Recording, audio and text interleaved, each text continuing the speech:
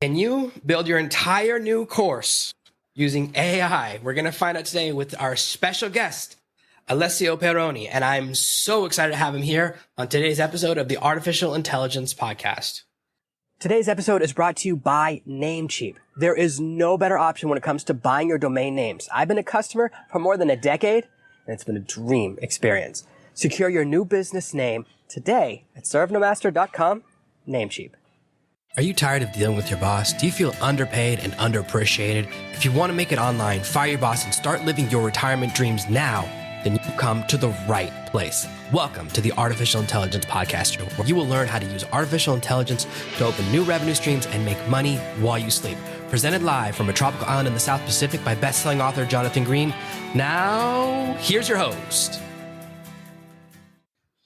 Now, I'm really excited about your tech. I was checking it out last month, and I have really high hopes. It's a very interesting space for me, but I would love to start, before we get into all the tech, to give people a sense of who you are and where you started, because I believe you started out working for some really big companies. You've done you came from product creation as opposed to coming from AI, and that's what I like to hear, because AI people are so bad at onboarding. So tell us a little bit about your journey and kind of what brought you to the world of AI. Absolutely. So I've been in the online education industry for the past decade, and I started my journey joining Mindvalley, which is probably one of the biggest online education personal growth platform in the world. And I moved to Malaysia, about a decade ago, spent 5 years in Malaysia. And that's where I started, as you say, focusing a lot on the product, focusing a lot also on the marketing. I used to be the chief marketing officer there in Mindvalley.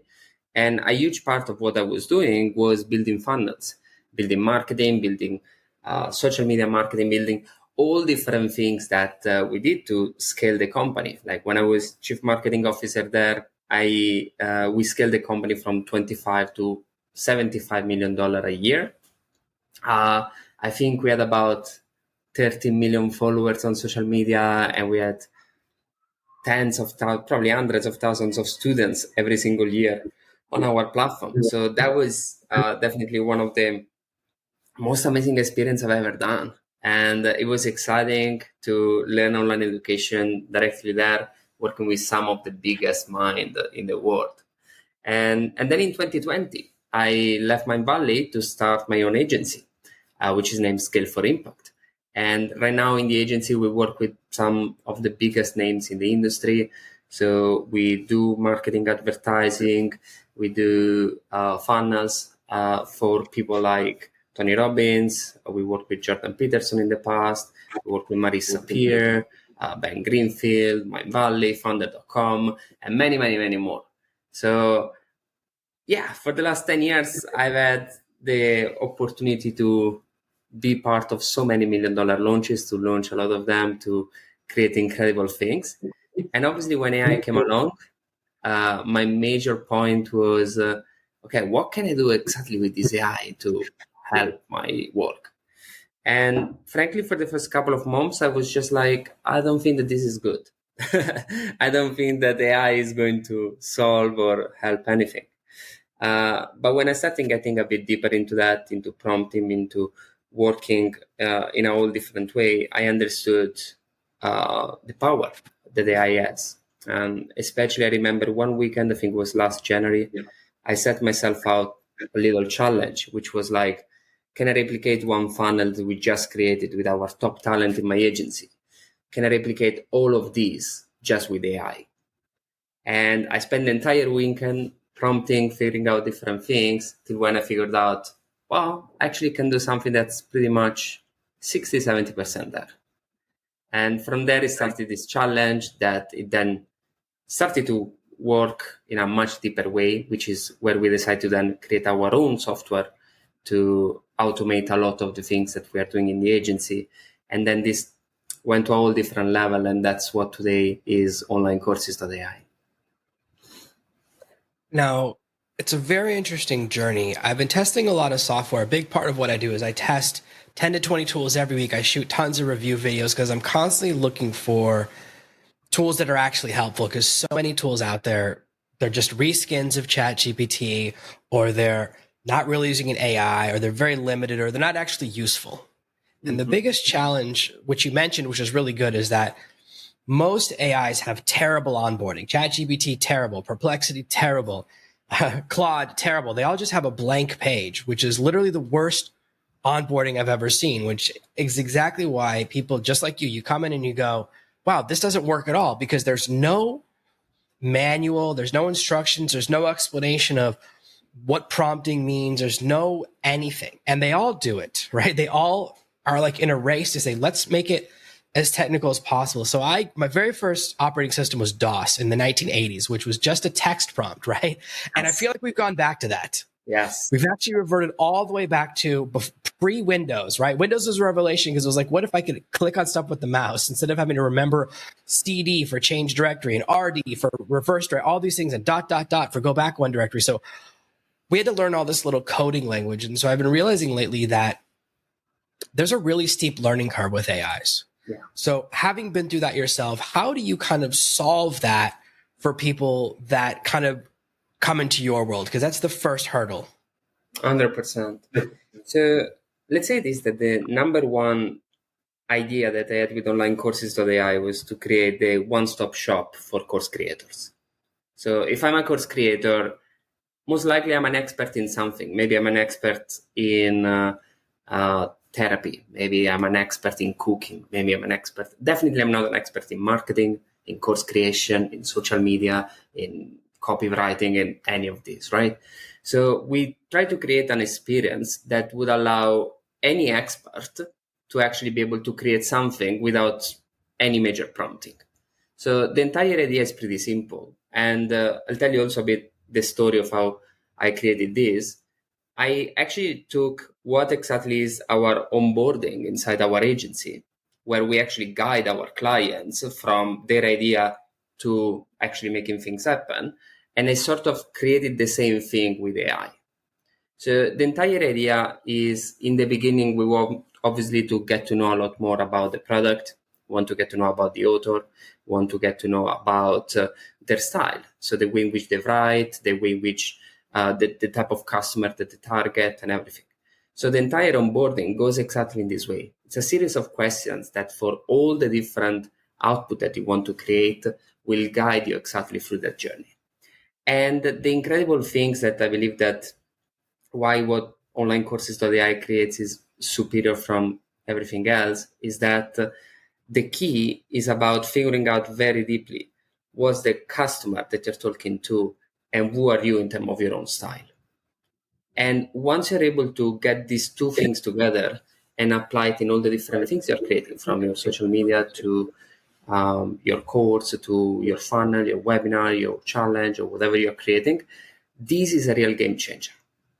Because the uniqueness of the output that you generate is really incredible. It's really something that it's very difficult to get from anything else out there. And on top of that, AI is incredible. I'm sure you have seen so many platforms and you know the power of AI and how cool is that. But obviously AI is very general. So if you go to AI and if you go to ChatGPT and ask, write me an headline, if you write something that's very poor, we all know it, right? Like if you're a copywriter, you know that that's not really useful. So what has been really important for us has been combining all those onboarding and inputs that we get from the user together with our own marketing SOPs, so that the final output that it gets is something that's very specific and it's very good. And it's, I would say 80% of what we will normally create inside our own agency. And this to me is very interesting because like my final goal with this platform is literally to democratize access to online education. Like so many incredible talents right now are not entering because I don't know how to market, I don't know how to build a funnel, I don't know how to build a course. And we want to make it in a way that actually everyone will be able to join this and to create something incredible thanks to our platform. One of the things I've noticed, because I've been testing a lot of website builders and AI page builders lately, is that there's kind of three categories. The first category is they don't have AI, they're faking it. There's a couple that do that, and it's like, there's no point. They just make you choose from menus. You don't enter any actual text. So I could tell right away. And I was like, oh, they're just tricking people. That's a shame. The second category is they're super limited, as in they just have 3 templates. So a lot of these website builders, they have 3 templates and they have you fill in some questions, and then they're really just filling the text. And then you have 3 templates to choose from, but it's always the same 3 designs. So one of the biggest fears people have is like, oh, I don't want my website to look like everyone else's. Like, I know if I go to a restaurant with my wife and we see another woman in the same dress, it's going to be a thing, right? It's like the last thing she wants to see. And in the same way, there's this balance of people like, oh, I want a template that works, but I don't want to look exactly like everyone else. I don't want to look like, and there's that little bit of a fear. So how do you kind of handle that issue of creating a unique design, but also it still converts, which is the biggest challenge? Yeah, I think that that's a very great point. So at the moment, obviously, what we do is that we focus on a major templates. We focus on a templates that we've been testing out through different clients, and that's kind of the SOP, the standard operating procedure that we know that convert and will generate something that's very high quality on that. At the same time, every person that sign up through our own platform, they also get a few different templates for a few different platforms. Now, what you will see in a lot of AI platform out there is that they try to create everything inside, right? They try to create their own page builder, they try to create everything, and then you can launch the course directly there. Now, in my experience, this is kind of very difficult for most of all the users, because most of all the people that are already in online course creation, they might already have ClickFunnels, they might already have Go Level, they might already have WordPress, they might already have their own thing. So I don't want to create something where I compete against ClickFunnels or Kajabi or whatever. I actually want to create something that every user from every platform could actually take and use. So what we're actually doing is that we are creating an entire template, an entire output based on the templates that convert. But at the same time, every single person that joined the platform have access to Go Level. If they want to use it, it's already for free inside our own platform. And then if they want to use any other platform, we have templates for each one of them.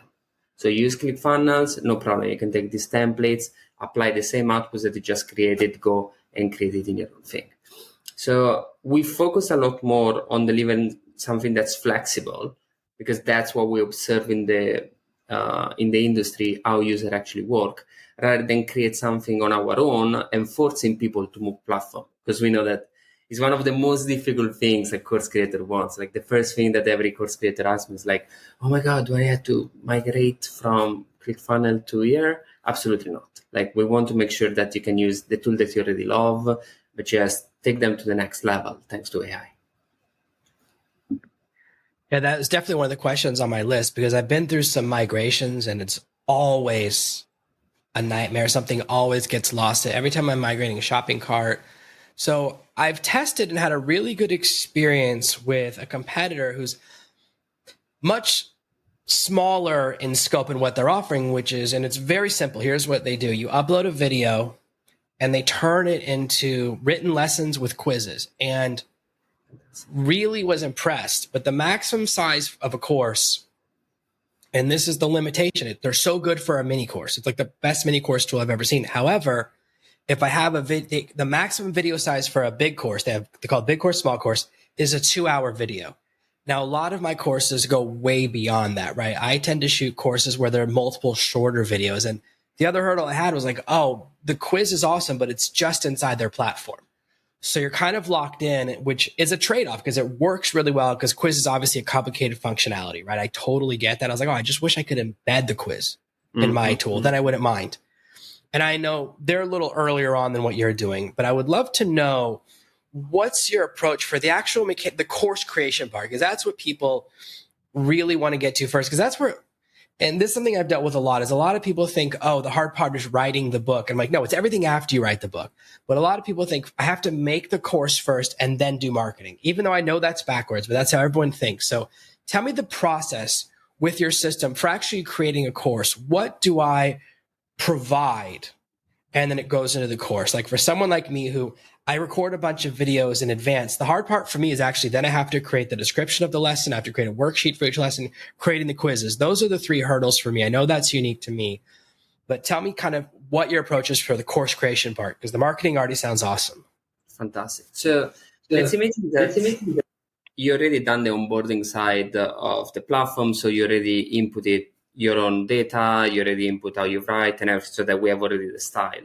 What happens is that you arrive there and you, in probably in 2-3 lines, just describe roughly what the course is about. Obviously, the deeper you go, the better the thing will be. But let's say you describe what the course is about. Let's imagine a 30-day social media marketing course that will teach people how to scale their own Instagram account and become a micro influencer. Once you have something like that, the first thing that we do is that we create learning objectives. Now, this is very important because if anyone has ever created a course, they know that first you need to figure out, okay, what are the things I wanted people to learn? And once you understand the learning objectives, then you can move to something else. So we create 8 learning objectives for each different course. And on each learning objective, you can always modify it, obviously. If what the platform provides based on the description isn't good enough for you, you can go in and modify. Then once this has been created, we move into creating different models to make sure that all the different learning objectives will actually be created. So you create the different models, and then for each of the models, you create the different lessons. So these are simply titles and description of what the model or what the lessons will actually be about. And you have the full power of looking through each models, through each lesson, and then say, this is good, this is not, I want to change this, I want to change that. Then once you are okay with that, you press, and in 2 minutes, we create the entire, basically, outline, strategy, and script for the course. So what basically happens is that for each of the model, you'll have a specific learning objective. You'll have a specific quiz in order to understand exactly, as you were mentioning, are students actually understanding what they're learning or not. Then a feature that I absolutely adore is that we are giving a community post for each of the single lessons. Like most of all the people, they might use Kajabi, they might use a Facebook group, they may use whatever type of community. They want to keep people engaged and to keep the conversation going on. So we create a specific community post to make sure that they get specific questions for each of the lessons. And at the same time, also we give what we call a practical exercise. Like one of the biggest problems with courses is that a lot of people want to make it a bit more practical. So we always suggest a practical exercise that you can give as a homework for your students so that then they can actually do and put in practice exactly what you're teaching. And then obviously for each module and for each of the lessons, you have a specific scripts of how exactly that lesson will be. And also here, like what I want to be very clear, I truly believe that this is like 80% there. You still need to go through the script, adjust it, improve it, add something else, because obviously that's your magic as an expert. That's your magic that you go in and decide and say, I want to change this, improve that, adjust that. But this cuts so much the entire process of scripting an entire lesson from beginning to end. And if anyone has done professionally a course, they know that this is a process that might take months to do. And right now you have a very amazing first draft that bring 80% there, through which then you can go, tweak, adjust, and then do the rest. And that's exactly kind of what we want to do. There is also the opportunity that we were having of, okay, let's take these scripts and then let's integrate it with some video platform, and then let's actually create directly the video from some avatar. We don't want to do that. Like, I don't want someone to create an automated course like that. I want to empower actual experts to then take this idea to the next level, thanks to a first script and a first draft that's been done there. That's a lot more where we're coming with.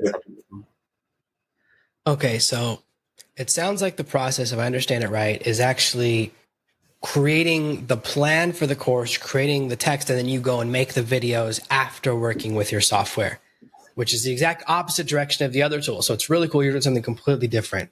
But let's say I'm coming in and I'm going, oh, I want to update my courses. Can I take existing videos and bring them in, and then your tool can use those to create lessons, or it doesn't work that way? At the moment, no. At the moment, we didn't provide an input opportunity. It's something that we're working on in a few different directions, because this sometimes is useful. You mentioned the course is useful also for a sales page, Maybe you already have a link to a sales page that you want to input in the platform, and then ask, how should I change and improve my sales page, right? So at the moment, we didn't provide yet these functionalities, but something that we're working on for the next month, and it's in the pipeline. It's definitely something that a lot of users are actually asking exactly this. Yeah, it's kind of hard. It's kind of hard to make something that pleases everyone. That's one of the big challenges. So I completely understand that once you start adding features for every single possible person, it goes down a pathway. So this makes a lot of sense to me for a lot of beginners, because one of the biggest problems that I know beginners have is mission creep, where they start off going, I'm going to make a short course, and they always think longer is better. And I'm so aware of this, something I deal with as well. When I buy someone else's course and I see that it's 18 hours, I go, oh no.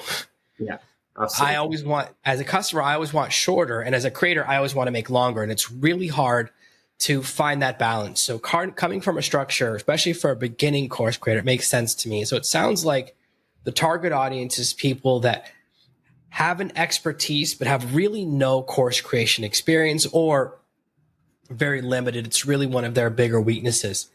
I've worked with a lot of coaches who are so good at what they do, but they don't know how to replicate. Like, they don't know how to scale. So they hit that wall, which I know is something very specific Mind Valley worked on. So I know you have that experience, because that's a big hurdle for a lot of people. They go, oh, I know how to do it one-on-one, but I don't know how to record that and deliver it to a bunch of people. And that's very common for people coming from the coaching space. So I see how this could help a lot of people to come in and who don't have experience creating a structure, because it took me years to develop my course structure. So I think this is very interesting. Now, when people are looking at all of these different AI tools, one of the big worries a lot of people have is about staying up to date. You know, I'm a huge ChatGPT user, but they stealth release updates, which is the most annoying way to release an update. They do secret update releases every 1 to 2 weeks and don't tell anyone. I have to follow someone on Twitter who goes, oh, I found this new secret release.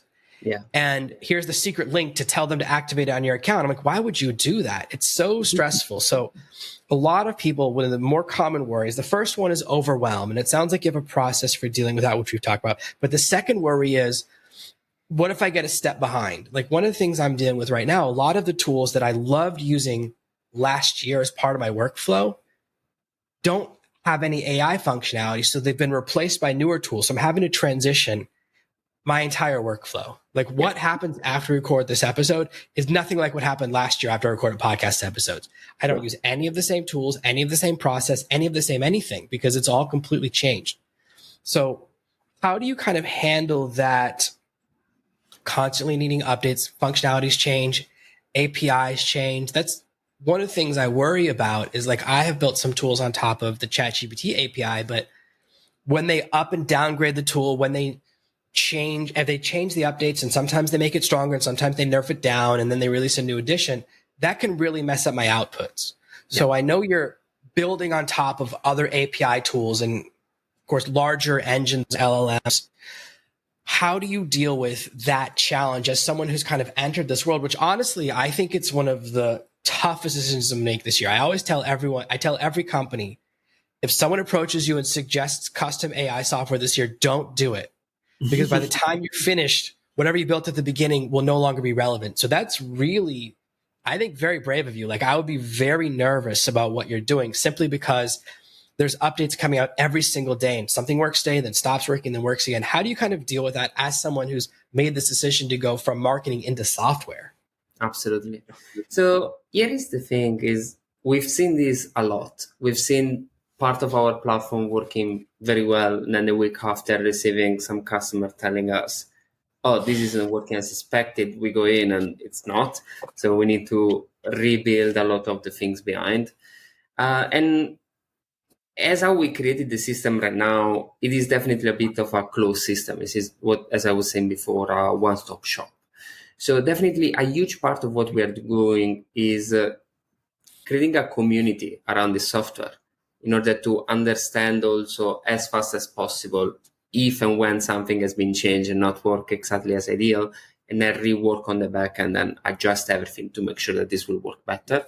It is a continuous process. The reality is that we cannot expect that AI is will be stable, right? At the moment, obviously, it will be growing a lot, and it is a crazy industry that every single week, basically, there is a new release, a new thing that is changing. Obviously, like what we try to do and what's our aim is to make sure that our team is always on top of all these different details, problems, and everything, and then create solution every single time to make sure that we are updated and keep on creating some always new thing. What we do, I see that we do that is different from what a lot of other platforms do, is that we generate a lot of output for each input that the user creates. So let me just give you an example. If you want to generate a webinar funnel, we actually generate 3 different email sequence of 7 emails each, with invite sequence, show up sequence, sales sequence, all created. We generate the entire landing page, sales page, live page, replay page. We generate all of them, and each one of them, like let's imagine to create a sales page, probably that's already 40 different API calls. Because what we did is that we simply took a very big problem, which is how do you write a cool headline? And we created a huge, massive prompts of things behind it to make sure that this will work in a very specific way. And we replicated this for literally each of the element of your course, your social media, your funnel, everything that you're going to build. So every time, as an example, you create a webinar funnel, I think that there are over 300-400 API calls that we make on the backend to give you that final result, right? And let's say this, obviously, the prompt and the API and the way in which we wrote is very specific. But then again, you're right. Sometimes it happens that no matter how specific you get, if there is a new update or a new thing, you need to go back, tweak, adjust it, and improve it. It is definitely a challenge that I'm seeing that we have, but that also a lot of other tools in the industry are having at the moment. Yeah, because it's very challenging for people because everything's always changing. Like what's unique now sometimes becomes a feature. Like a year ago, an AI that could create social media clips from a long form video like this was revolutionary, right? And then there's all these tools they came out with and go, oh, this is the one thing we do. They'll take it, we'll find the best clips, we'll tell you how viral they're going to be, we'll give them to you in the shapes you want. And that was really cool. But now every video editing software has that as a feature. So it went from revolutionary to a specialist tool to then it becomes part of every tool. And one of the challenges is finding that balance, because a lot of people go, well, I would just love an AI that just write a sales letter for me, right? They just want that one problem, one solution. Yeah. You've gone much bigger than that, right? So how do people who are kind of thinking about if they're the right fit for your tool decide if it's the right fit for them? Because maybe they already have a process for writing webinars, right? And they go, oh, I don't have that problem. But then because one of the issues I had, like with ClickFunnels, is I only used the page builder. I didn't use 99% of the features, right? And so that's why, at one point I looked, I have a maxed out ClickFunnels account, a maxed out Kartra account, a maxed out all these different page funnels. I was paying $1,000 a month for all these builders because a lot of people I work with are locked into one ecosystem. And now I work with someone, everything's Kajabi, so I have to learn how Kajabi works. And it's kind of a nightmare. And I kind of pulled back because I was like, I was paying for something with 99 features and I used 3. Yeah. So how does someone make that decision-making calculus for a tool like yours where they go, okay, this solves enough problems? Because one of the things that happens, and you've already kind of touched on this, is once people have an ecosystem, a way of doing things, they don't like to change things, right? I don't really like to change. Everyone says, Jonathan, why do you build WordPress websites? Well, I've been doing it since 2010. I don't want to learn, even if there's a new way that's 10% better, the learning cost, right? It's a limited value for me to change. Every time you move to a new platform, like every time I move to a new page builder, it's a new process, and it can do some things, you can't do other things. It takes a while to learn it. And it's always that hurdle. So for people that are kind of making that decision, they're going, oh, this seems interesting, but I'm not sure if it's right for me. How do you kind of approach that of saying, oh, well, we're so good at all of these things, but even just one or two of these kind of gives you that value? Yeah. I mean, obviously, a lot of what we've been building in our own agency and what we've been doing for years has been creating funnels. So I would say that that one is the one that to me is that single thing that once you go in the market and try to pay someone for that, versus what you could actually do directly today by joining online courses.ai is a huge time saver, and is the one that to me is the highest ROI that you can actually do by joining that. On top of that, right now we also have our own freemium journey, so that if you want to join, play a bit around, and see kind of the general outputs that it creates, you can already do it for free. Obviously, you have a limited amount of credit that you can use in the free plan. And that to me is the other side of always try out the different tools and try to see exactly what each tool gives. In my opinion, what we do is that it is very, very, very specific for the online education industry. Obviously, if you try to use it for e-commerce, if you try to use it for SaaS, for any other industry, it might not work as well. But unfortunately, I haven't seen a lot of AI tools for the online education industry that are actually giving very specific outputs. I've seen a lot of them that give very general outputs, but it's clear to me that a lot of the people that build those softwares didn't build a lot of funnels before, or didn't build a lot of courses before. The difference here is obviously that we come a lot from this industry, so we understand the problems, we understand the different things, and we build it to solve our own problems. Actually, funny story, I didn't want to build a SaaS. I didn't want to launch online courses.ai. Like, I literally built this because I wanted to use it in my own agency. And when I started to show it around to a few friends of mine, they connected me with a guy which is an investor, and the guy told me, dude, you created all this thing and you're not launching it? Are you damn crazy? This is so cool. You need to take this and launch it to the world, because this is the opportunity to create something incredible. And I believe that that's kind of what we did. We tried to solve our own problem first, and then we figured out there was a product that would solve other people's problem as well. Yeah, it's really interesting because so many people get it backwards. And this is how I started out. I started out course creating until I found out what copywriters make. And I was like, oh my gosh, I'm in the wrong end of this, right? I'm getting the wrong percentages because I've made products for a lot of big brands. And when I found out what the other parts of the business, like, oh my gosh, this is the worst part to be in. I should have started at the marketing and the copywriting because it's so much more valuable. A lot of people get caught up and it's the field of dreams. Have you ever seen that movie? It goes, oh, if you make it, they will come. They think if I make the perfect product, people will come find you. And that's a harsh lesson, right? Because it's like, there's a lot of bad products with great marketing that sell well because the marketing is so much more valuable. People never find out if your book's good or bad until they actually have already bought it.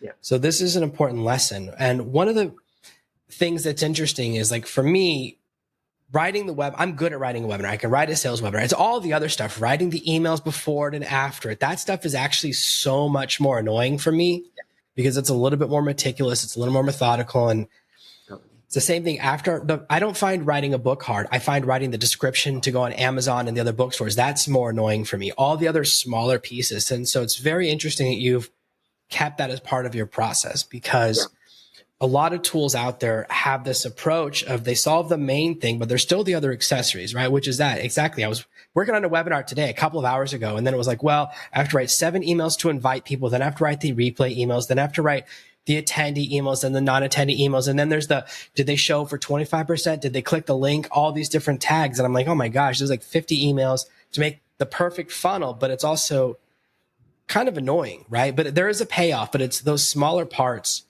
And copywriting is really the panacea for AIs, because most AIs are so bad at copy that it's like really a struggle, right? I can get some okay stuff, but I'm a high level user. So it's very hard for me to pass down to people how to do copywriting. And I know actually a few copywriters out there with big AI courses that are not good. And I'm like, I can't recommend it because it doesn't work. Your system is too hard. Yeah. Right. It's either it doesn't work or it's really, really hard. Like, I have a friend, he wrote this amazing AI that will write an email for you, but you have to answer 3 pages of inputs. And I was like, how long does it take you to write an email? He goes, about an hour. And I was like, well, it solves one problem for me, but not the other. It solves the thinking problem, but not the time problem. It's still, I can write an email in an hour as well. Like that's the challenge is the two things. It's very hard to solve both.